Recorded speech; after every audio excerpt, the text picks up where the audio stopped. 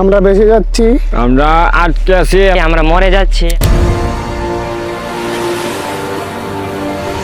চাতলপাড় যেন একটি উন্মুক্ত কারাগার। চাতলপাড়টা যেমন একটা জেলখানার মতো মনে হয়। জেলখানা থেকে আরো খারাপ, আমরা এটা জেলখানার থেকে আরো খারাপ। এখানে প্রতিটি বর্ষা মানেই আতঙ্ক। নদীর ভাঙনে হারিয়ে যাচ্ছে মানুষের ঘরবাড়ি, কৃষিজমি, শিক্ষা প্রতিষ্ঠান এবং ধর্মীয় স্থাপনা। একটি ভাঙন শুধু মাটি নয়, মানুষের স্বপ্ন কেড়ে নেয়। অপর্যাপ্ত স্বাস্থ্যসেবার কারণে জরুরি মুহূর্তে রোগীকে দ্রুত চিকিৎসা দেওয়া কঠিন হয়ে পড়ে। অনেক পরিবার সময়মতো চিকিৎসা না পাওয়ায় হারিয়েছে প্রিয়জন। আর যাতায়াতের বেহাল দশা, নদীপথ, ভাঙাচোরা রাস্তা আর ঝুঁকিপূর্ণ চলাচল, প্রতিটি যাত্রায় যেন অনিশ্চয়তার আরেক নাম।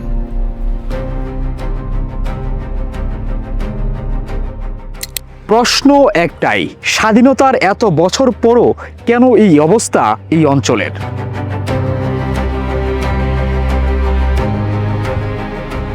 একসময় যেখানে ছিল বসত ভিটা, আজ শুধু সেখানে নদীর পানি। বছরের পর বছর নদী কেড়ে নিয়েছে মানুষের শেষ সম্বলটুকু। আমার মসজিদ গেলাম ভাঙ্গা করে আমার টাকার খুব কষ্ট। আমরা বেঁচে যাচ্ছি বছরের পর বছর নদী ভাঙ্গনে, আমাদের ঘর বাড়ি ভেঙে যাচ্ছে। 3 বছর আমরা নতুন করে ঘর উঠাতে হচ্ছে।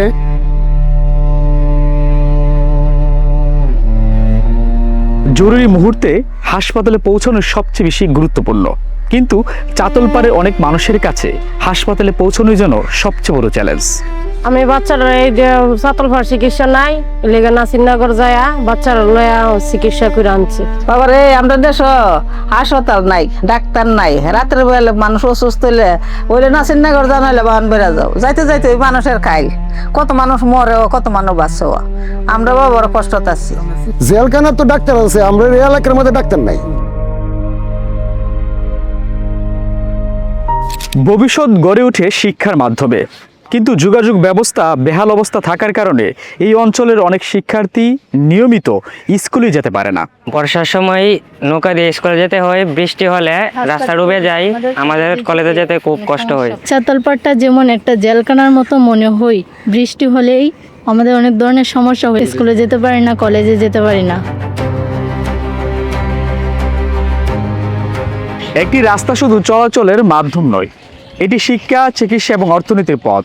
কিন্তু এখানে সেই রাস্তাটাই নেই, চারপাশে নদী এবং পানি।